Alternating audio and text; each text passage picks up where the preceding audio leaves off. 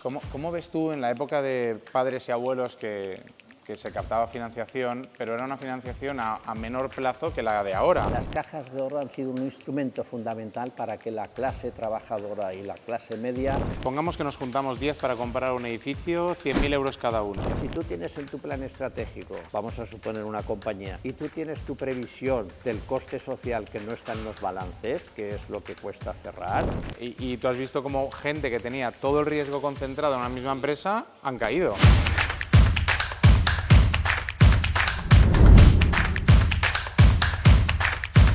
Hola a todos de nuevo, estamos aquí con Javier Garín, ya después de tantos años, ya buen amigo, y me encanta que estés aquí con nosotros porque eres una persona que tiene una trayectoria más allá de brutal, es que has hecho muchas cosas en muchos sectores, banca, en real estate, en startups, en blockchain, en un montón de cosas que nos vas a enseñar. A mí me enseñas cada día.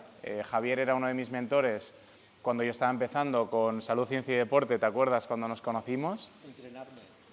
Y luego eso, en el mismo programa de mentores que tú diseñaste y lanzaste, que ahora hablaremos sobre él, fue cuando ya fundamos Entrenarme y Primera Reconversión, sí. O sea, no fue en el sector startup cuando nos conocimos, pero luego sector startup y ahora estamos haciendo cosas sector real estate. O sea, que una historia increíble. Nada, bienvenido aquí a nuestro podcast. Muchísimas gracias por dejarme intervenir. A mí me gustaría que nos contaras un poco quién eres y de dónde vienes, porque tu pasado de banca ha sido muy extenso, aunque luego has hecho muchas cosas, pero así un poco resumen, eres valenciano, ¿no? Sí, soy valenciano y pertenezco a la familia de los Garín desde 1700 y pico, que nos dedicamos al arte mayor de la seda. Y yo nací viviendo de la fábrica Garín. Luego pues estudié en los jesuitas y mi carrera profesional ha tenido dos partes muy diferenciadas. Una que era la banca, por así decirlo, o cajas de ahorro, pero fue la banca, y después una que yo titulo emprendimiento. La parte de la banca empezó en el 72, más o menos, con el Banco Atlántico, porque era un banco diferente. Era el primer banco que tenía una sección que era la comercial. Hasta entonces los bancos no salían, era una banca comercial fundamentalmente en la cual yo me incorporé y después que tenía la economía seccionada en sectores y esto era muy innovador en la banca. Lo aprendimos, lo asimilamos y cuando llegó Rumasa era el momento de dar un salto y pasé al Pastor. En el Pastor estuve 5 años contratando gente con don Enrique Puigmoltó, mentor, y después abriendo oficinas. Estuvo bien, estuvimos 4 o 5 años y después pasamos a la BNP. La BNP en aquel momento piensa que eran francos y no eran euros y era el mayor banco del mundo, entonces era un orgullo el poder pertenecer a la mayor banca del mundo. Entonces fue también una etapa bonita porque nos dedicamos a abrir oficinas y contratar gente. Abrimos en Javea, en Alicante, en Castellón, etcétera, etcétera. Y esto al final del periodo, unos 4 o 5 años, que ves que cada 4 o 5 años yo me hago mi ciclo cuatrimestral o quinquenal, el plan quinquenal, nos dedicamos a hacer la mayor inversión que he hecho, la mejor inversión, que es hacer el máster del IES-DGA. Y vamos, acabé... ¿Eres alumni del IES? El primer... ¿En qué año lo hiciste? En el primer año de Valencia. La primera vez que salió el IES de Barcelona, yo hice aquí el IES con dinerito, que eran muchas pesetas, y eso me supuso que me empezaron a llamar para intentar ofrecerme tal. Y uno de los ofrecimientos fue Ibercaja.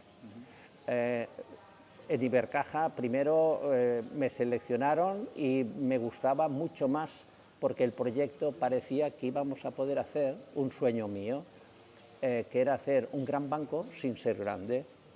Entonces, en Ibercaja, primero abrimos oficinas, contratamos gente, incluso cogimos más que la territorial de la Comunidad Valenciana, cerrando incluso Murcia y Albacete. Y nosotros teníamos, a mí siempre me ha gustado lo del plan estratégico, igual que hablamos cuando hablamos tú y yo el primer día. Se llamas un gran banco, aunque fuerais pequeños. Bueno, era muy pequeño, no sé si habían 2 o 3 oficinas y las dejamos con 100, o sea, fue una etapa, lo mismo, de contratación, de apertura de oficinas. Y teníamos un plan estratégico que era, cuando abríamos oficinas, éramos muy pocos, había que hacer un cliente al día, una hipoteca semanal, un crédito o una empresa mensual y una promoción semestral. Entonces, eso que parece así tan fácil, cuando llevas 3 o 4 o 5 meses, un año, empieza a ser rentable la oficina con el modelo que teníamos. Entonces yo, cada vez que abríamos 5 oficinas que las metíamos en rentabilidad, abríamos otras 5. Y me acuerdo que Caja Madrid me llamaba y decía, oye, pero ¿por qué no abres 20 o 30 oficinas? Con lo bien que conoces la territorial, que estás toda la vida trabajando en banca y tal. Yo decía, no, cuando hayan 5 que ganen, otras 5. Bueno, y la verdad es que funcionó bien, funcionó bien. En Ibercaja estuvimos casi 20 años, como dice la directora del Banco de España, creo que debo de ser de los territoriales que más tiempo está. Pero yo creo que se hizo bien porque hicimos unas cosas muy significativas, como anécdotas, Diego. La primera, hicimos una hipoteca joven, en estos momentos de vivienda y de real estate y tal, hacíamos una hipoteca joven adecuada para los muchachos que querían casarse o que querían vivir. Más o menos? Estamos hablando del 91, 92. O sea, hubo una crisis también. Sí, sí, sí, importante. Pero ese sector, que eran las hipotecas jóvenes, que lo hicimos con el ayuntamiento y formamos vamos, muy buen tándem, incluso los clientes iban al ayuntamiento a solicitar la información. Me acuerdo que no ejecutamos ninguna hipoteca de esas. Incluso al año o al año y medio, el titular de la hipoteca había traído a familiares que tenían más saldos que lo que nosotros habíamos dado del préstamo. Sí, fue un modelo muy chulo. Y luego sirvió para que el propio cliente que hacía la hipoteca con vosotros os trajera a otros clientes. Clásica estrategia de referral, ¿no? Sí, de referidos. Pero qué bueno. Y además, otros bancos o no lo hicieron, es lo mismo que la VPO. Nosotros nos especializamos en VPO, que era, pues eso, una vivienda acomodada para la gente que estaba empezando y tal. Entonces, en la banca, por ejemplo, si me preguntas cuántas inversiones hicimos, pues no sé si hicimos una o ninguna, en toda la costa. Entonces, eso llamaba la atención a otras entidades. Es algo que te quería comentar, de qué cosas no hacíais. Porque dices, mira, estamos confiando en un segmento de la población que es joven, que potencialmente puede no pagar, ¿no? Puede ser moroso, de manera genérica, tienen más riesgo que una persona ya consolidada, con trabajo y tal, y con experiencia. Sin embargo, no hacéis la parte costera, que tú siempre me dices, costa nunca. ¿Por qué? No, para vivir sí, pero para invertir como banco tiene mucho riesgo. Cuando se tuerce hace mucho daño. ¿Por qué? Porque son segundas viviendas y la gente prefiere mantener su primera vivienda y luchar por ella que por una segunda, ¿no? Sí, sí, sí. A mí me ha pasado con muchos bancos, que sabes que yo trabajo con un montón, básicamente porque cada banco cambia sus políticas casi mensualmente, con lo cual depende en qué momento te encuentres tú y el banco, pues podéis hacer buen partnership o no. No es un tema de estar ahí como a ver a quién me da lo mejor, ¿no? Sino quién me da lo que necesito en cada momento. Eso nos ayudó, por ejemplo, porque Ibercaja ha tenido una política muy clara desde el principio. Entonces, no eran estacionales de 4 o 5 años, no, yo creo que siguen teniendo la misma esencia y la misma funcionalidad. Una de las cosas que también, vamos, tenía gracia, nosotros apoyamos muchísimo al principio, porque yo veía que era un tema también de gente joven, de muy poca inversión, y era muy sano, que era el running. Ahora Valencia es running, pero cuando empezamos a decir que quién financiaba la 10K, que era la primera que se hizo, nos costó mucho, y al final lo hicimos con la Divina Pastora, que era una... Sí, sí, sí, entre los dos hicimos... Entrasteis como sponsors, para promoción del nombre del banco y marca. Muchísimo, yo también corría la 10K, más no, pero había mucha gente que se animó, claro, no eran 50 ni los que ahora participan, pero estuvo bien porque... Está bien porque tú en cada sector, yo siempre te digo que tú, no es un tema de suerte que te hayas encontrado con cada nuevo sector, has entrado al sector y ha ido bien el sector, sino que has sabido identificar qué cosas sí, qué cosas no dentro de cada sector y pues has tenido una trayectoria muy buena, ¿no? La de Ibercaja fue una delicia, y además yo me acuerdo que ahora todavía hay gente que va a la entidad y agradece el hecho de que hace unos años, cuando la cosa estaba mal, pues la hipoteca joven o la VPO, que no la querían hacer, porque la VPO individual era muy costosa de realizar. Entonces los bancos grandes no les sacaban punta. Nosotros, como éramos pequeñitos y en cada oficina éramos pequeñitos, pues podíamos hacerla. Entonces eso...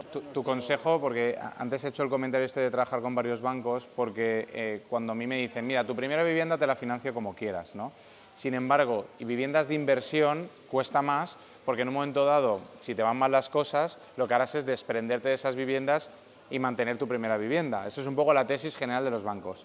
Sin embargo, las cajas de ahorro o bancos pequeños, pues es más fácil que confíen en ti cuando estás iniciando. ¿Es así? Sí, sí, sí, totalmente. Y además, las cajas de ahorro, analizamos, o si quieres hablamos otro día, pero las cajas de ahorro han sido un instrumento fundamental para que la clase trabajadora y la clase media accedan a las propiedades de viviendas, porque era una predisposición favorable a conceder ese tipo de operaciones. ¿Cómo ves tú en la época de padres y abuelos que se captaba financiación, pero era una financiación a menor plazo que la de ahora? Ahora ha crecido tanto el precio de inmobiliaria que la gente está haciendo hipotecas hasta 40 años. ¿Qué opinión tienes de cómo está el modelo y el sistema ahora? Yo creo que ha cambiado mucho. Antes los propietarios normalmente eran personas, me refiero a eran familias, eran solteros, solteras, gente que se quería casar o simplemente mayores que querían independizarse del resto de la familia. Y eran operaciones, entre comillas, que se podían digerir pues, en 15, 20 años. Y los tipos de interés también estaban como estaban, en una etapa determinada. Ahora los grandes compradores no son gente que vaya a hacer una operación de una vivienda de 100 o de 150.000 euros, son grandes fondos que hacen grandes promociones. Los promotor medio, no digo que haya desaparecido, pero quedan un residuo, los demás ya no están. Entonces las operaciones son muy diferentes. Entonces, ahora, si tú tienes una vivienda en propiedad y quieres invertir en el sector inmobiliario, hay que ir buscando unas líneas de financiación, pues como la que estás planteando tú en Buybacks, donde tú puedes poner la cantidad que quieras para asumir una responsabilidad, la que pones, incluso un crédito para poner, pero tienes una rentabilidad como si tú fueras el que lo compras, el que lo alquilas, el que lo rentabiliza, y todo eso te lo ahorras. Entonces, hay sistemas nuevos para rentabilizar tu inversión en inmueble, como hay otros sistemas para entrar en otras cuestiones, pero el sistema de la vivienda ha cambiado totalmente. Sí. Has comentado lo de Buybacks, en el que nosotros hacemos vehículos para comprar promociones o viviendas específicas, ¿no? Y que la gente entra en inversores y entonces juntos podemos acometer la inversión. Eso me recuerda, cuando acabé la parte de banca, hice yo una reflexión que era de volver a la sociedad porque me sentía primero afortunado, no sin trabajar, y luego pues como muy privilegiado de haber podido hacer un gran proyecto, digamos, financiero. Porque fíjate los bancos valencianos y las cajas de ahorro valencianas donde han quedado. Sin embargo, Ibercaja está ahí y bueno, pues la verdad es que sigue manteniéndose con el mismo criterio. Yo hice unas cuentas cuando me jubilé y pensé que la entidad financiera en la que estábamos, con la estructura que teníamos, si cerrábamos 10 años seguiría produciendo beneficios de lo invertido y cómo estaba. Entonces yo creo que eso me gustó.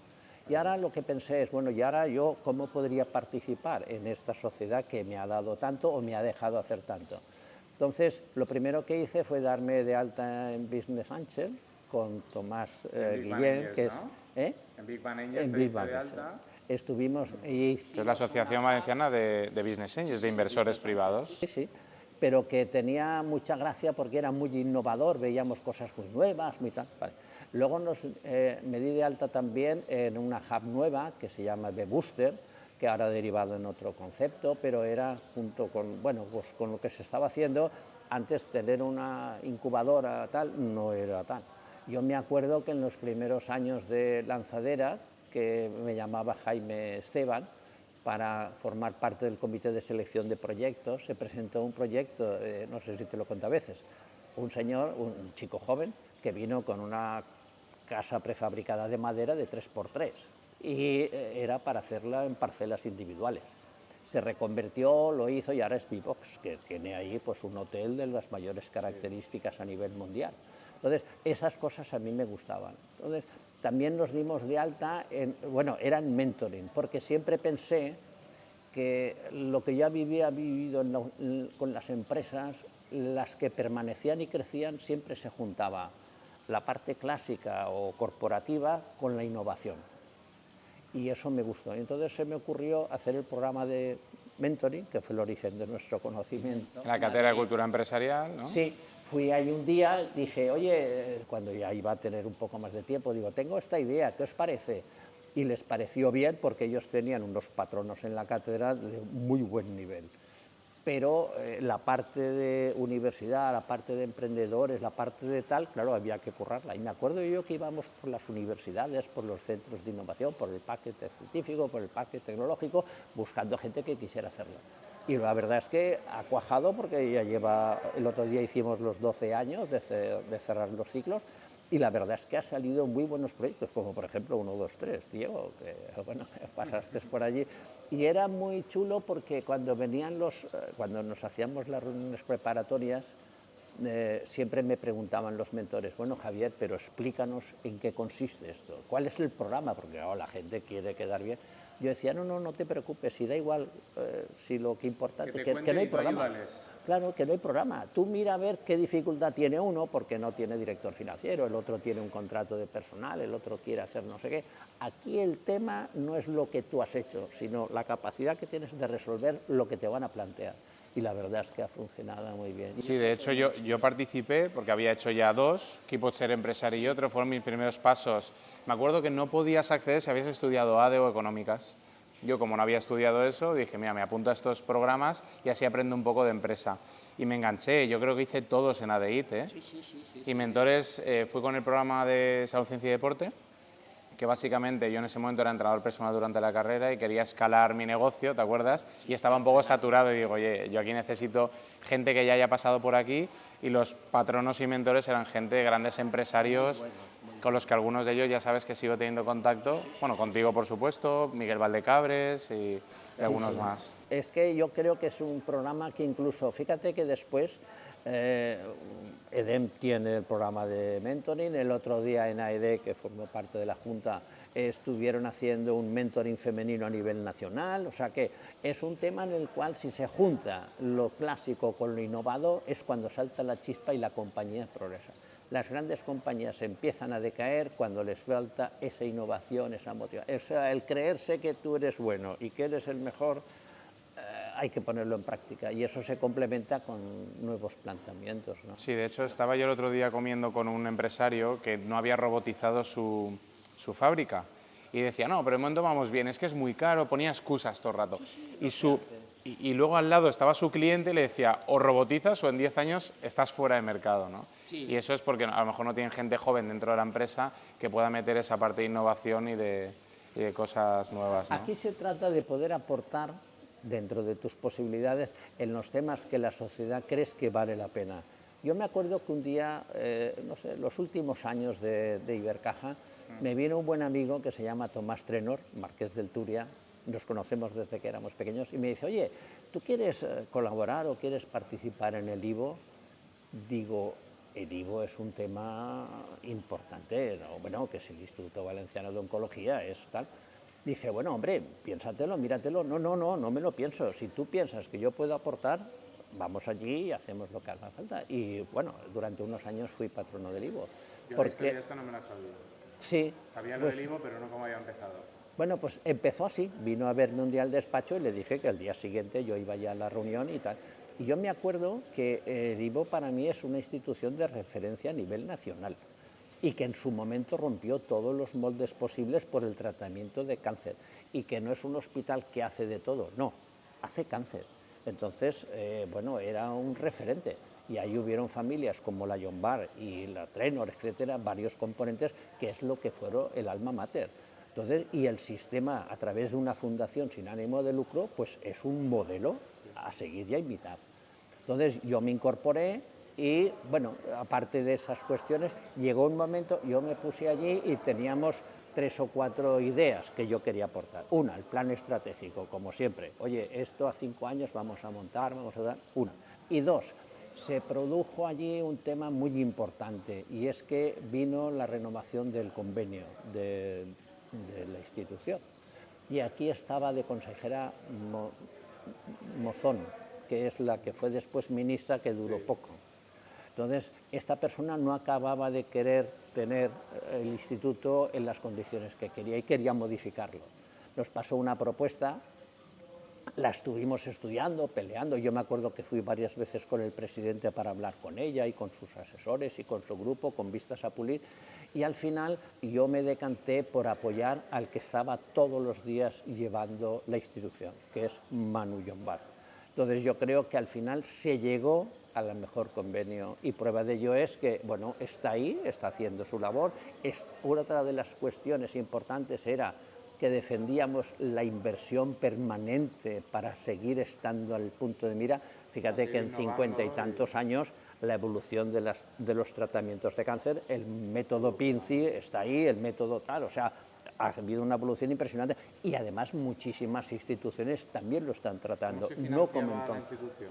La institución tiene un cliente que es la Generalitat. Entonces todos los clientes allí no pagan nada, lo paga la Generalitat a través del convenio, donde la especificación de los tratamientos han de ser puramente tecnológicos y científicos. ¿O patronos? Patronos, bueno, yo fui patrono igual que fue el Pero doctor. ¿aportan capital también para ayudar a la institución? Son como una especie de consejeros, ¿no? Bueno, patronos, pero que no aportan capital, lo que aportan es conocimiento para la gestión de la institución y después hay un director general que es el que materializa esas instrucciones a través del desarrollo. Yo tengo una amiga que ha trabajado varios años en el Miami Research Diabetes Institute en Miami sobre diabetes, ¿no? Había patronos o sponsors que aportaban igual 5 millones de dólares, 2 millones de dólares, y eso es un modelo que en España, esa filantropía no es que no exista, pero no es tan común como allí en Estados Unidos. Es un modelo distinto. Desde el momento que se constituyó, una familia proyectó una fundación con unas características. Entonces, ahí el único régimen que se sigue es el científico y ya está. Entonces, el único paciente que hay es el que padece o piensa que está padeciendo el cáncer, que es lo único que le da la puerta. Entonces, eso sí que es una gran ventaja y muchos valencianos, muchos miles de valencianos, viven gracias a la labor del ICO. Por supuesto. Sí, sí. Muy bien, más cosas. Has comentado B-Booster, Sí. tenéis un fondo que se llama Sirensis ahí, hicisteis algunas buenas operaciones y estáis involucrados gente del ecosistema más startup e inversores que queréis apoyar esa innovación. ¿Cómo fue ese camino? Porque lo has comentado así un poco por encima, pero no lo has explicado. Yo creo que la Hub era un poco como consecuencia de todo lo que yo estaba tratando de ver en las nuevas innovaciones o en los nuevos emprendimientos. Yo vi que había un gran movimiento, pero ese movimiento era individual, no había canalización. Es lo mismo que ahora, por ejemplo, hay muchísimos centros en los cuales tú vas como emprendedor y consigues que te atiendan.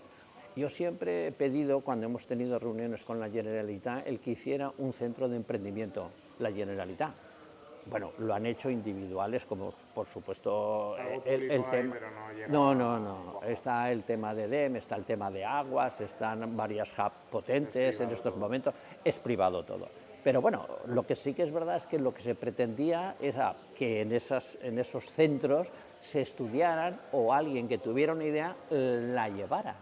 Y eso yo creo que era potente y ahí nos juntamos una serie de amigos, inversores, pero que al final una de las mayores ventajas que han tenido estos temas ha sido primero el enriquecimiento mental de los componentes y luego el conocer esas nuevas tendencias que si no estás no te enteras. O sea, a mí me gusta participar en aquellos proyectos de cómo, por dónde va a ir el futuro y yo creo que en la selección de los proyectos era muy interesante. Tanto es así que cuando estábamos haciendo las jornadas del mentoring, aprovechábamos 1 o 2 días para ir a visitar la Hub o para ir a visitar unos emprendedores o para ir a visitar el banco y la gente se hacía cruces viendo las cajas fuertes de los bancos porque parece ser que son más. Sí. Sí, a ver, has comentado el tema de enriquecimiento mental. Siempre hablamos. Ahora se ha puesto muy de moda el tema de las creencias limitantes y cómo llegar gracias a unirte a otra gente, cómo puedes sobrellevar esas creencias limitantes o incluso superarlas y creer o confiar que puedes hacer mucho más, ¿no? Y gracias a eso, know-how, o bien conocimientos generales, o bien ayuda de esa gente, puedes tú crecer muchísimo. ¿Cómo has conseguido tú rodearte de tanta gente? ¿Era porque le aportabas valor a esa gente? ¿Simplemente habías tenido suerte y habías conocido a unos cuantos y te habían involucrado? ¿Cómo conseguiste tú entrar en tantos sectores con los mejores en cada sector? Yo creo que ahí debe de ser, vamos a ver, cuando tú estás convencido de algo, por ejemplo, ahora te contaré el tema de la seda, sí, cuando tú estás convencido de algo, ¿vale? Oye, yo puedo aportar en esto, bueno, primero a veces te tienen que buscar, pero otras veces tú te ofreces. Yo en el Colegio del Arte Mayor de la Seda me ofrecí, digo, oye, mira, ahora voy a tener un poquito de tiempo, y me dicen, bueno, ¿y tú qué puedes hacer? Digo, oye, no sé, ¿qué es lo que vosotros necesitáis? ¿Entiendes de números? Sí. ¿Sé dar cuentas? Pues sí. ¿Me gusta la estrategia? Muchísimo. ¿Y aquí qué vamos a hacer? Pues dice, hombre, esto está ahora en un momento muy delicado, era antes de la reconversión y de la restauración. Las cuentas estaban, y me dice, pues tesorero, el presidente. Digo, hombre, Vicente, es el presidente. Y bueno, me dice, oye, pues si quieres colaborar y puedes y tal. Digo, sí, pero solamente va a ser un rato, tal, no sé qué. Dice, bueno, pues encárgate de todo lo que es la tesorería. Y empezamos allí, nos estuvimos involucrando. Después, gracias a Dios, intervino Hortensia Herrero en la restauración, pero que es una restauración que la gente lo conoce por fuera cuando va a visitarlo, pero se restauraron hasta los planchés, ¿eh? O sea, no estoy diciendo que sea una restauración, fue una restauración muy potente. Entonces, gracias a eso, una institución que yo creo que no se conoce suficientemente en Valencia, pues estuvimos dándola a conocer en la medida de que nosotros podíamos. Por ejemplo, dentro del proyecto, yo quería, como cualquier financiero o cualquier tesorero, que hayan canales de flujo de liquidez, eso lo entiende mucha gente. Yo decía, pues la tienda grande y la restauración, no, déjate de la restauración, pero la comida, el restaurante, para hacer eventos y tal. Y eso no estaba en el programa inicialmente, la cafetería. Y hubo cafetería, y eso creo que entre toda la Junta de Gobierno se hizo muy bien. Y luego el poder hacer eventos, el poder tal. Yo me acuerdo que estuvimos presentando el colegio pues en el Westin, que nos dejaron como una especie de muestra de... Bueno, el Westin es tu casa y haces un montón de eventos. Bueno, no, pero no, hacen, yo participo. Entonces, nos dejaron una zona para exponer cosas de la seda, del museo. Luego el Corte Inglés, en Fallas, nos dejaba en la calle Colón un espacio para mostrar también el colegio. O sea, pretendíamos darlo a conocer. Porque fíjate, hubo una época, en el siglo XVIII me parece, que el 50% de los valencianos vivía de la seda. No que trabajara directamente, pero directa o indirectamente. Las calles y los campos de moreras, que se dieron el carrer de moreras, era porque era producto para después la alimentación. O sea que era una industria muy potente y éramos un referente. Te voy a dar dos datos. Ahí el museo habrá que ir a verlo, ¿eh? Pero un día vamos y lo enseñamos. Sí. Hay una sala que se llama el Museo de la Fama, para autosuficiencia del colegio a nivel mundial. Entonces hay 4 continentes, aún no existía el quinto, y están los 4 continentes diseñados. Entonces es un sitio donde te sientes la importancia que debió de tener aquello. Recaudábamos impuestos y tal. Entonces, dentro de mi filosofía de qué aporto, pensé, este colegio, que tiene una cofradía del siglo XV, y el Colegio, que es del siglo XV, solamente ha hecho un acto jurídico en toda la historia, que es crear una sociedad donde participó la Iglesia, el Estado, las diputaciones, los ayuntamientos, las casas consistoriales, los industriales y todo, para poder exportar, ¿vale?, la seda que aquí fabricábamos. Vale. Entonces, yo me acuerdo que digo, bueno, pero aquí vamos a hacer alguna otra cosa, una fundación. Y creamos entre la Junta de Gobierno la fundación del Colegio del Arte Mayor de la Seda hace 2 o 3 años, una cosa así, o 4 años, con vistas a tener unos patronos los cuales pudieran aportar una visión distinta, que fuera más abierto, que no solamente el sector industrial o el sector textil, que es bien reducido. Y esa perspectiva se fundó y se hizo. Entonces, yo creo que esas cosas son las que te permiten después decir, oye, tú vas por allí, aparte de que ahí era prácticamente una devolución familiar, pero sí que es verdad que fue una actuación muy chula y está ahí y sigue en vigor, ¿eh? Voy a contar una cosa, un proyecto de un amigo. Y perdona que te cuente una anécdota. Venga, y te interrumpo. Cuando se estaba ya terminando, vino Juan Roch y su mujer, Hortensia, porque aquí, digamos, el artífice ha sido la Fundación Hortensia Herrero, que es la que, bueno, ha dado los fondos. Pero me acuerdo que el último día, viendo el telar El Yacar, que está allí funcionando y que vale la pena que vayas a verlo, con miles de hilos, cartones, en fin, todo esto. Entonces yo me acuerdo que Juan estaba allí, es compañero de colegio, por eso le llamo Juan, pero estaba allí viendo el telar y estaban manejándolo. Hay una pieza que va el telar de lado a lado, ¿vale? Esa pieza va lanzada y se llama lanzadera. Y el colegio le regaló una lanzadera a Juan Roig por el tema de la lanzadera de los startups. Bueno, es un detalle que deben de conocer 5 o 6 nada más, pero quería contártelo. Muy guay. Pues yo sigo con mi anécdota. Un amigo mío que es de judo, sabes que yo hago judo también, entre otros deportes, él está haciendo un programa, una especie de documental, con toda la ruta de la seda, con las luchas que hay donde, ¿sabes?, vinculadas a cada país, y entonces él está yendo, el proyecto es ir de país en país, siguiendo la ruta de la seda, él luchando y aprendiendo de diferentes luchas que hay en esos países. Y eso le salió porque yo conocía a una persona en un evento, a Daniel, y yo les presenté porque él quería empezar a hacer lucha y tal y cual, y él dijo, oye, ¿por qué no hacemos esto de la ruta de la seda? Y así ha salido, y está ahora Andrés Mínguez ahí con el programa a tope. ¿Tú sabes por qué Valencia está en la ruta de la seda o España está en la ruta de la seda? Hace como, no me hagas caso, unos 10 años más o menos, estábamos en el despacho de Máximo Puig, que era conseller, y estaba Clara Martínez, vicerrectora, estaba Chiquillo, José María Chiquillo, estaba yo representando el colegio porque el presidente no podía venir, estaba el secretario y estaba UNESCO, ¿vale? Y estábamos allí reunidos. Y llegó un mensaje porque queríamos participar, queríamos que España estuviera incluida en la ruta de la seda, y no estaba.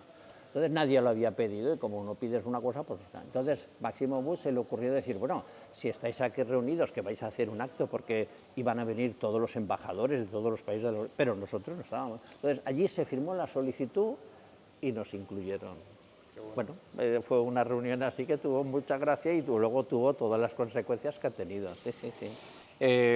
Vamos a hablar un poquito de real estate, si te parece, porque tú has estado involucrado desde el banco, pero luego tú a nivel particular, obviamente has hecho muchas cosas, y ahora pues a nosotros de vez en cuando nos echas una mano, sobre todo en la parte de banca, que para mí es esencial porque los bancos es tu mejor partner, ¿no? Parece que el banco sea como el enemigo, porque está entre el Estado y la población, pero si sabes usar bien la banca, puede ser tu mejor partner y quien te haga escalar, ¿no? ¿Por qué crees que la gente tiene miedo a la deuda? Vamos a empezar por partes. Es que has corrido mucho. Vamos a ver, primero, yo creo que los bancos, yo creo que no hay que tenerles miedo ni no miedo. Los bancos pueden ser unos buenos compañeros. Si tú tienes confianza y hay empatía con una entidad financiera, aparte de que esté un directivo o no, puede ser un buen compañero para cuando tú hagas tus proyectos. Habrá algún banco que te entenderá más y otro banco pues que no le gustará el proyecto tuyo. Yo estoy convencido que tu proyecto en algunas entidades sí que lo van a ver bien porque lo están haciendo y les gusta ese modelo, y otros dirán, oye, pues yo no, yo quiero el señor que se compra un piso o que hace viviendas y las vende, y ya está, y eso es el modelo mío, es donde yo me encuentro a gusto. Pero yo creo que los bancos es como los negocios, tú has de ver si el negocio se te encaja a ti y tú le encajas a él. Yo creo que el banco puede ser una gran ayuda, 100%. Pero la diferencia de que antes, cuando uno quería dinero, iba a un banco, ahora muchas veces cuando uno quiere dinero emite bonos, por ejemplo, y ya no va a un banco. O si uno quiere dinero puede ir a pedir el banco, pero lo puede pedir uno o varios. Te voy a contar una anécdota. En un momento determinado nosotros estábamos en Business Angel y hacíamos inversiones pequeñitas en proyectos iniciales.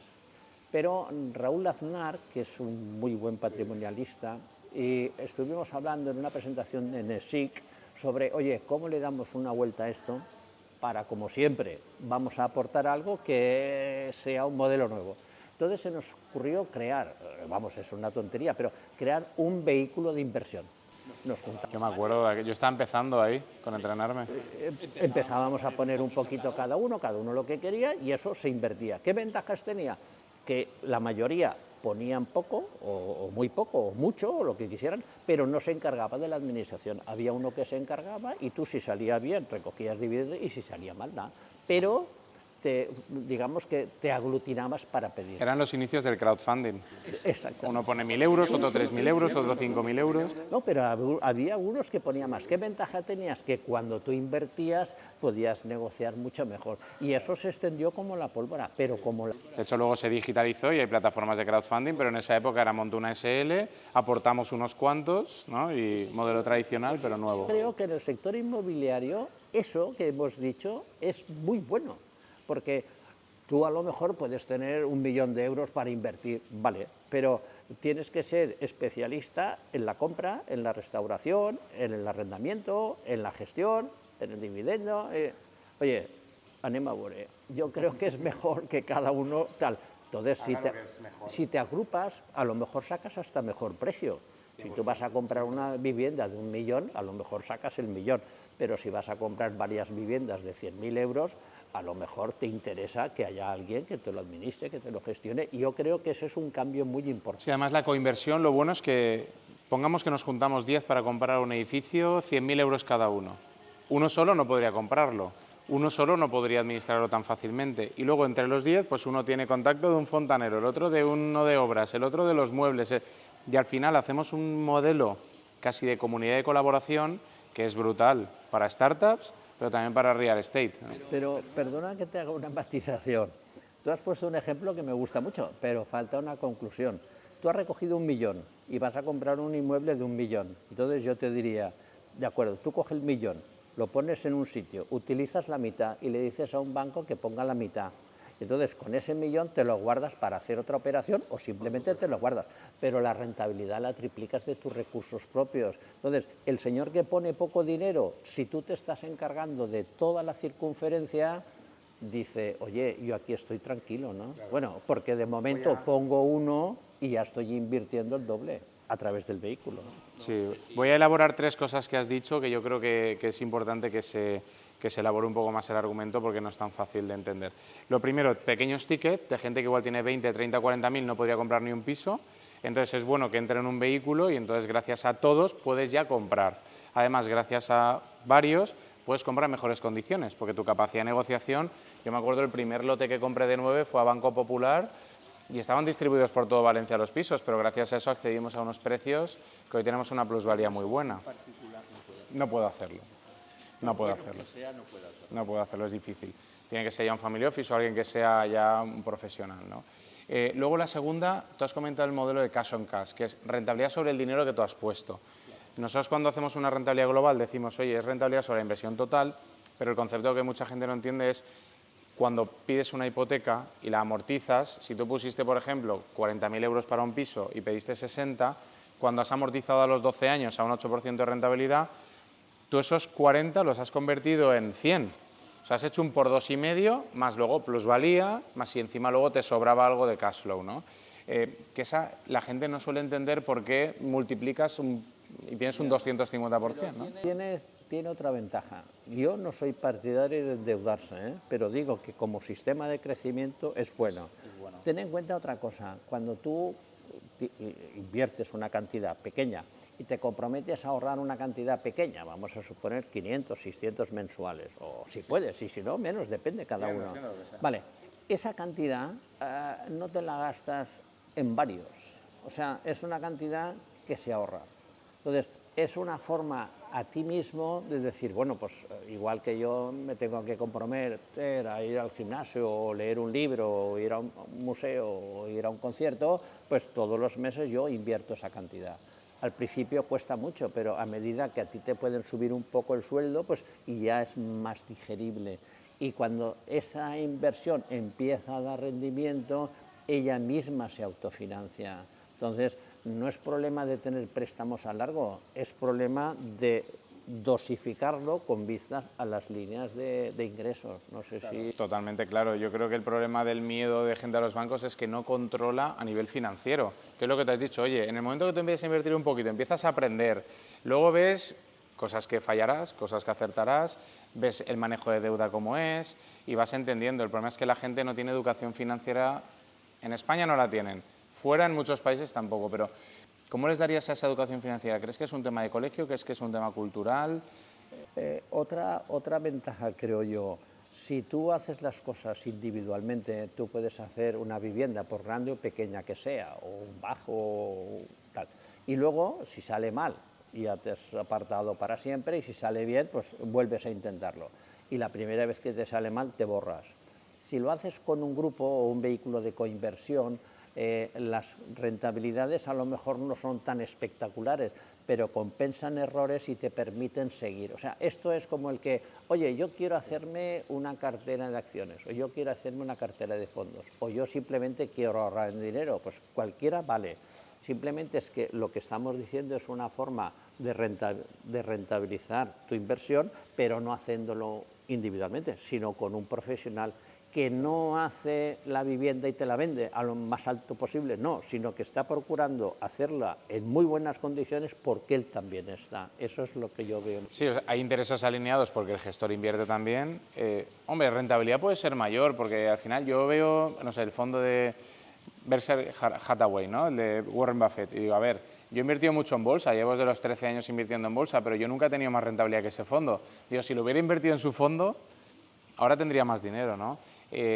Diversifican bien las acciones, controlan mejor la información de las compañías y aquí es igual. Hombre, aparte de que cuando él compra, la acción se mueve siempre y Por cuando supuesto, vende también. sí. Pero además tiene información privilegiada que muchas veces los grupos grandes, si te unes con otra gente vas a tener más acceso a la información que si vas solo, ¿no? Mejores condiciones y encima diversificado, que es lo que comentabas. Porque si fallas en una tú y tienes solo una, a nosotros se nos quemó un piso, por ejemplo. Oye, como sea solamente el piso que tengas y encima una hipoteca... Yo por eso creo que es bueno lo que hicimos en su momento. Es lo mismo que cuando hacíamos inversiones en startups. No era bueno hacer una solo, por eso el vehículo, hicimos varios vehículos y ponías un poquito en cada vehículo y así participabas pues, en 20 o 30 proyectos. Como en la incubadora, pues oye, seguro que a algunos sale bien y a otros menos bien. Sí, además seguro que han salido negocios aparte y oportunidades de inversión de los que colaborabais ahí. Más allá de esa propia inversión, ¿no? Mira, una de las cosas que te quería comentar, que creo que también es una de las cosas que me han gustado, creo que la universidad, a través de lo del mentoring o de la cátedra de cultura empresarial, la universidad es un nido de inteligencia. Todo el mundo habla de talento, de inteligencia, de innovación, y a mí siempre me ha gustado pensar que eso había que traducirlo, como yo soy economista, al mercado, porque si yo me dedico a investigar y descubro que el mundo es redondo y me lo guardo en un cajón, pues el mundo seguirá siendo redondo. Muchas patentes, pero si no hay spin-offs que lo saquen al mercado. Entonces, a mí me gusta un proyecto mucho que fue porque cuando hablamos de emprendedores tenemos que pensar que es un chaval, pues un chico joven o una chica joven que está empezando, que va a dar.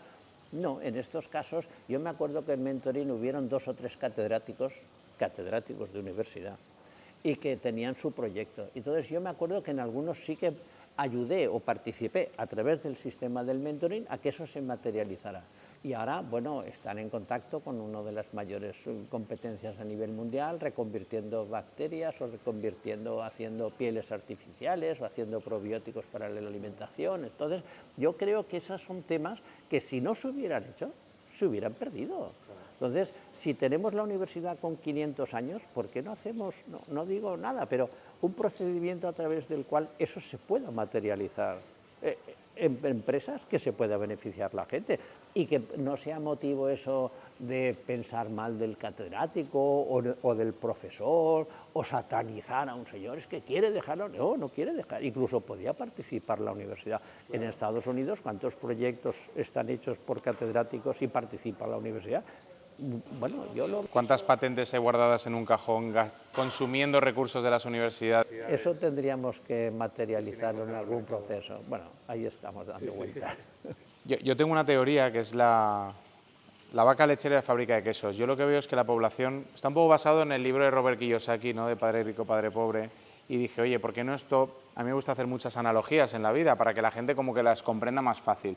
Porque si dices el cuadrante del dinero, la inversión, ¿cuánto generas de renta? Un rollo para la gente y se marea, ¿no? Entonces digo, mira, tu trabajo o tu fuente principal de ingresos es tu vaca lechera. Si tú te bebes la leche y te lo gastas todo, o se muere la vaca, estás fastidiado. ¿Por qué no conectas la vaca a una fábrica de quesos y te comes los quesos, ¿no? Dices, oye, cuanto más pueda ahorrar mejor, la fábrica de quesos es lo que tú has comentado de las inversiones, invierto lo máximo posible, empiezo a profesionalizarme ahí y luego incluso ahora estoy como pensando en un tercer concepto, que es la tienda de los bocadillos de queso, ¿no? Enrique Tomás con los bocadillos de jamón, tú te puedes comer el cerdo, vender el jamón en en cualquier supermercado o hacer bocadillos de jamón, y cada cosa le añades una propuesta de valor diferencial y puedes hacerla incluso más cara, ¿no? Yo durante estos años he vivido de mi fábrica de quesos, pero ahora ya las inversiones me permiten no solo vivir, ahora todos mis ingresos pasan a mi fábrica de quesos, el 100%. De mi fábrica de quesos, que son los pisos y algunos fondos y tal, yo ya podría vivir mi vida normal, pero ahora ya digo, vale, ahora ya tengo sobrante, voy a conectarlo a mi tienda de bocadillos de queso, ¿no? Y eso es una teoría que la gente, yo creo que con esa analogía puede entender bien, y es un poco lo que tú has dicho de que cada mes puedas ir invirtiendo esos 100 euritos, 300 euritos, 1000 euritos, todos hemos empezado por ahí. Sí, pero la vaca que dices, tú eres un ejemplo de esas dos partes, porque la primera es cuando tú te pones a trabajar, no tienes herencias ni tienes nada, y de tu sueldo, que es la vaca, tú coges un algo para vivir, porque tienes que vivir, si no, no vale la pena hacer el resto. Vives y destinas parte al ahorro, o al ahorro productivo o al ahorro de todo tipo.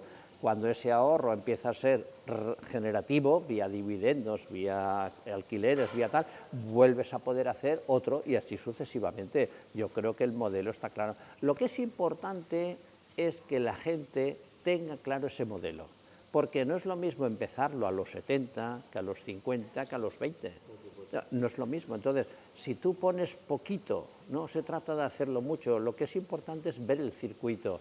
Si tú pones 1 millón el primer día, ya, pero yo creo que es mejor poner un poquito el primer día, cuando eso empieza ya a sobrarte la mitad, lo pones ya productivo, y cuando esa mitad empieza a ser productivo, empieza a ser escalable. Entonces, claro, el modelo es fantástico. Además, a mí me gusta, tú siempre me dices, lo mejor es tener todo como por compartimentos, ¿no? Tú dices en montoncitos. Que es, oye, pues mira, estos pisitos en esta sociedad, estos pisitos como persona física, estos fondos aquí, ¿no? Porque tú has visto en la crisis, tú has vivido todas las crisis aquí, y tú has visto cómo gente que tenía todo el riesgo concentrado en una misma empresa han caído, por muy ricos y multimillonarios que parecieran, ¿no? O que fueran en ese momento. Yo creo que los que más han permanecido no es por sectores, no, y no es por es por filosofía de empresa. Si tú tienes en tu plan estratégico, vamos a suponer una compañía, y tú tienes tu previsión del coste social que no está en los balances, que es lo que cuesta cerrar, pues tú empiezas a estar. Pero si tú tienes a alguien que decide por ti, que es el que te ha financiado o el que a tú le debes la mayoría, tú no eres el dueño. Costas como dueño, pero no puedes disponer. Entonces, yo creo que es importante el tener el autocontrol. Bueno, el mejor ejemplo es el No Mestalla, ¿no? Bueno, eso ya lo dejo. ¿No? Que eso es casi de los bancos. Sí, pero que es verdad, el dueño de la compañía es el que puede disponer. Si tú tienes condicionantes laborales, fiscales, económicos o financieros que no puedes disponer, pues ya está. Es lo que pasó con los bancos valencianos. Promobank, Exportación, Banco Valencia, ¿dónde están? Bancaja, la Caja de no sé qué, la Caja Castellón, ¿dónde están? O sea, no concentra todo el riesgo en una misma sociedad. No eran los dueños de las instituciones, por eso han desaparecido. Muy bien. Por último, así, para ver un poco el tema de cómo negociar con bancos hoy en día y cómo trabajar con bancos, porque la banca, como tú bien has dicho, ha cambiado muchísimo en todos estos años, muchísimo, y has hecho un comentario que era que según el banco tiene unos requisitos y una tesis de inversión, porque el banco no deja de invertir en la gente, ¿no? Y confiar en gente, que la gente no lo entiende eso, se creen que el banco aquí está como para cogerte así con una, ¿no? Y pegarte el látigo. Entonces, ¿cómo ves tú, según el tipo de inversor y el tipo de persona que tiene que trabajar con... ¿Cómo te aproximarías tú al del banco? ¿Irías a la sucursal debajo de casa? ¿Buscarías al director de la oficina? ¿Irías a eventos donde están los banqueros? No sé. ¿Cómo te aproximarías tú y cuál sería tu estrategia? Buena pregunta, porque como yo siempre he jugado en el otro lado, no me lo planteaba, pero yo lo que haría, hoy en día, por lo que yo conozco, todos los bancos, cualquier cliente tiene su gestor personalizado, o bien en internet o bien en el ordenador, que siempre te sale asesor personal o tal. Eso sería una posibilidad. Y luego yo estoy seguro que cualquiera tiene un amigo que conoce en un banco. Entonces, lo que no haría yo, llegar y llamar, oiga, buenas, mire, yo es que quiero una operación. No, pero si tú tienes un amigo o un conocido que tienes tal, incluso si tienes tus recursos en un banco, por pocos que sean, alguien te atenderá. Entonces, yo creo que hay que desmitificar la figura del banco como distante. Yo creo que esa figura, yo siempre he peleado por tener unas reuniones personalizadas, con los bancos me refiero. Sí, aunque hoy en día se consiguen muchos préstamos con link en lugar de... pequeños préstamos, pero si ya quieres un poco hacer una No, ha de ser... y tal, tienes que ser personas. Porque... Y presentar las operaciones como si fuera una operación tuya, que tú estás convencido de la operación. Y entonces, si te pones en el otro lado de la mesa y tú la harías con tu dinero, ya empieza a tener buena cara. El tema es si tú no la harías con tu dinero y quieres que el otro lo haga con el dinero de los clientes. Eso normalmente no sale. Claro. Una experiencia que he tenido en el banco es que no me conformo con el no. Mucha gente llega a su sucursal, quiere una hipoteca o quiere una refinanciación. Hoy me decía un director de banca, me decía el recap. Y yo, vale, nunca lo había llamado, que es una recapitalización, entiendo. Yo de Estados Unidos he visto que es cash refinance y es un poco como lo... Pero aquí la refinanciación no les gusta. Pagar los gastos de la deuda. Sí. Bueno, trucos, ¿no? Que al final intenta buscarse uno para poder acceder a mejor deuda, pero el no, mucha gente dice, es que los bancos no me ayudan, es que me han dicho que no. Digo, ¿cuántas sucursales has visto? Una. Digo, pero es que, claro, a lo mejor la persona ahí no está en la tesis de inversión del banco, el momento del banco comercial. Entonces, habría que ir a varios bancos o varias personas dentro del mismo banco. Pero eso es como si uno quisiera casarse con la primera persona que conoce. Hombre, vale, pero es difícil. O tener el mejor amigo con el primero que se cruza por la calle. Es un riesgo, ¿no? Bueno...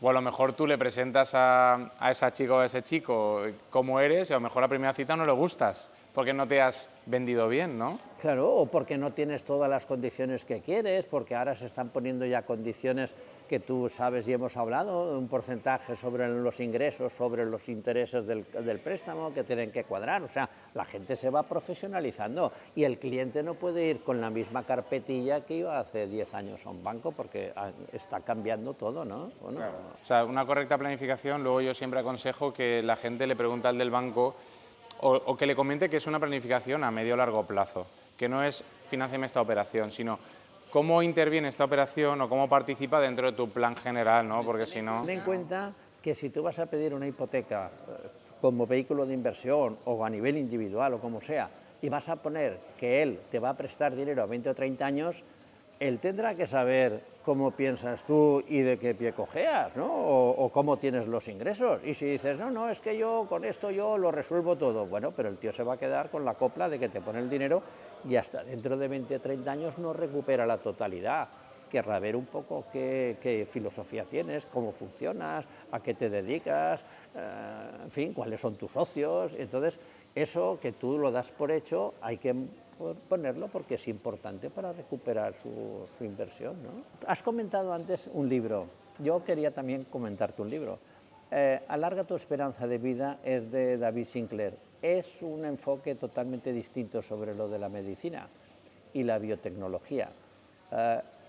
Estoy participando de una forma muy pequeña en un proyecto mundial muy potente que es Columbus Venture Capital. Entonces, me han dejado un libro para mejorar un poco mi nivel y es un enfoque donde lo importante, aparte de la curación de la enfermedad cuando se produce, es alargar lo máximo posible tu vida sana, que es salud, no es vida, es salud, lo más posible. Entonces es un enfoque muy diferente a todo lo que se está haciendo hasta hace unos 10 o 15 años. Sí, se está hablando muchísimo de life extension, de cómo alargar tu vida, ¿no? Eso es un poco mi tesis doctoral. Pero salud. Sí, sí, por supuesto, claro. Vida, sino porque cuando a ti te operan y te curan, sí, de acuerdo, te alargan la vida, estás pero ya cronificado con deterioro. ahí. Se trata de que esos años se prolonguen en un estado positivo, en un estado bien, y después vendrá lo que tenga que venir. Entonces es un enfoque donde se estudia el envejecimiento, no se estudian las operaciones aisladas. ¿Tú te acuerdas que hicimos en mi tesis doctoral, que le hicimos un programa de entrenamiento para mejorar la calidad de vida de los trasplantados de hígado? Era esa aproximación. Sí, era un anticipo de esto que se está haciendo, pero antes solamente habían recursos para el estudio de las curaciones de las enfermedades y ahora con este nuevo enfoque empieza a haber fondos para el estudio del envejecimiento y prórroga de la vida saludable durante más tiempo. Era simplemente porque más... No, pero mira, por ejemplo, o sea, nadie quiere que sus padres envejezcan mal, ¿no? y que mueran mucho menos, por supuesto. Yo aún estoy, ojalá, lejos de eso, pero yo ya empiezo a preocuparme, ¿no? Y decir, oye, ¿cómo puedo ir? Yo ahora hago deportes de todo tipo y me siento fuerte y no quiero bajar ese nivel de masa muscular, de masa ósea y de salud que tengo. La cuestión es, ¿cómo una persona de 70 años, cómo una persona de 40 años se tiene que preparar para esto? Porque todas ustedes has dicho que a nivel financiero no es igual tener 20 que 40 que 70. A nivel de salud, tampoco. ¿Qué has aprendido en el libro que recomendarías que pudiera servir para todos?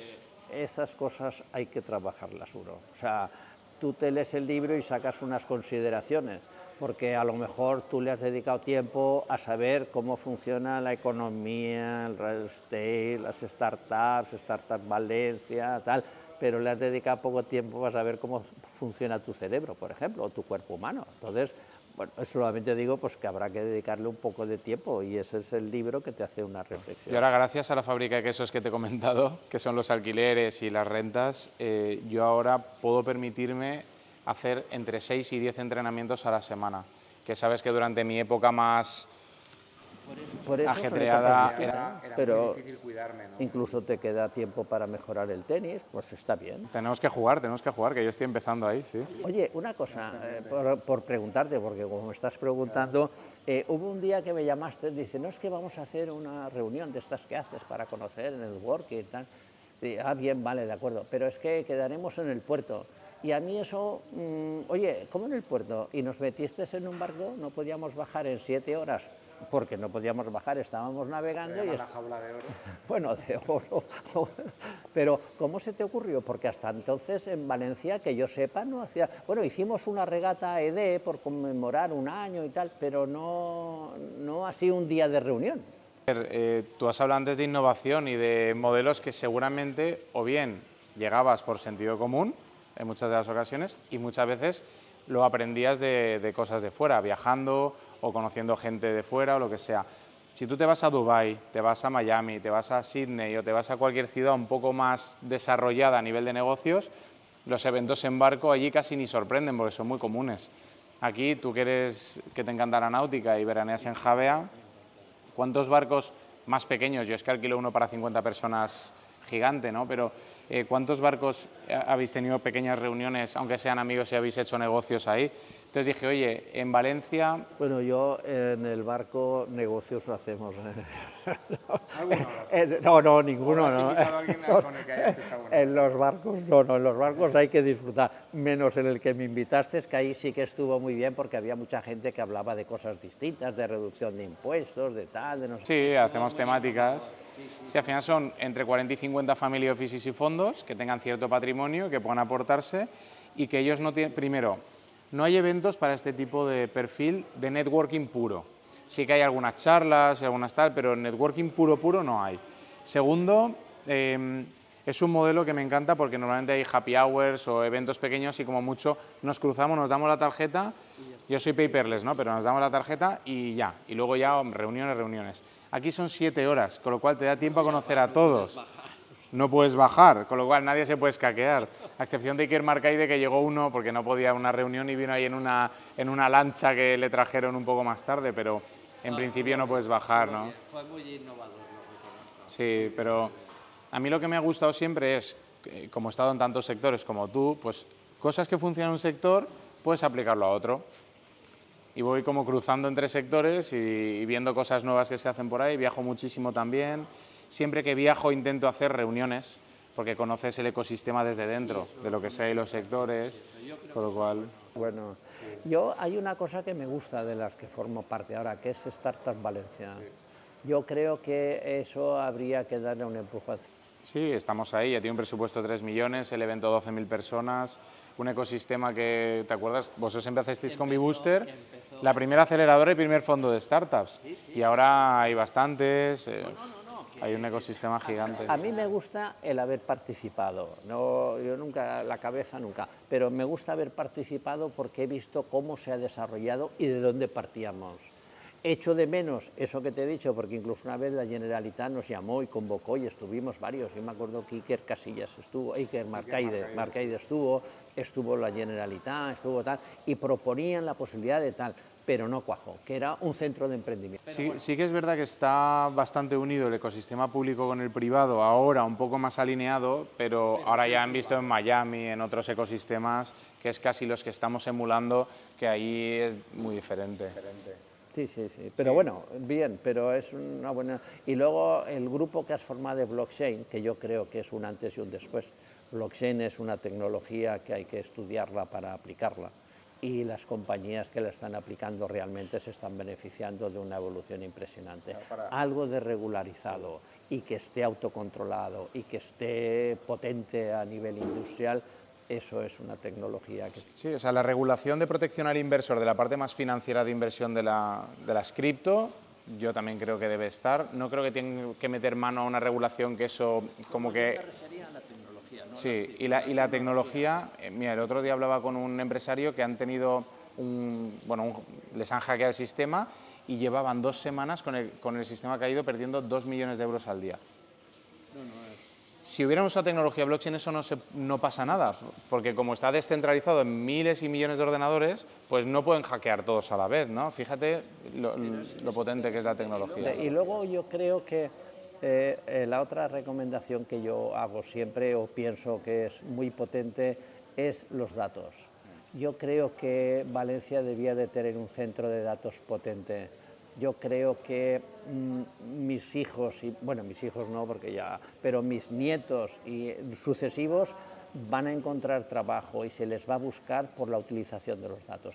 Estudien lo que estudien, pero desde filosofía, historia, bellas artes, tal, el que maneje los datos va a ser una herramienta como ahora es Internet, lo mismo, y va a diferenciar mucho el que tenga esa preparación del que no la tenga. Y eso yo creo que si se pudiera hacer algo vía startup o vía cualquier asociación o agrupación, un centro de datos sería muy potente para crear puestos de trabajo. Bueno. Obviamente ahí yo tengo menos intervención, pero yo siempre que estoy en cualquier proyecto vinculo a un amigo que es especialista en datos, que es el presidente de la Asociación Española de Big Data, y él me ayuda siempre a saber interpretar los datos. Primero, a capturar toda la información y luego interpretarlos, porque para mí también es muy importante.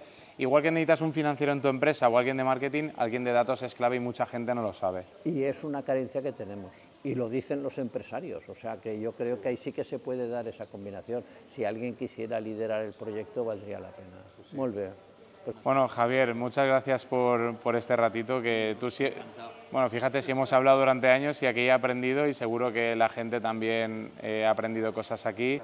Pues cualquier cosa que quieras que sea aportar en emprendimiento y que sea tal, cuenta conmigo. Por supuesto. Bueno, y seguro que habrá gente que quiera hablar contigo. Javier Garín, mentor clave. Por supuesto, yo te iré preguntando las cosas que me pregunten y mil gracias por todo lo que has hecho por Valencia, por startups, por real estate, ahora blockchain y a nosotros también que nos ayudas muchísimo. Perfecto, muchísimas gracias. Gracias a ti. Venga.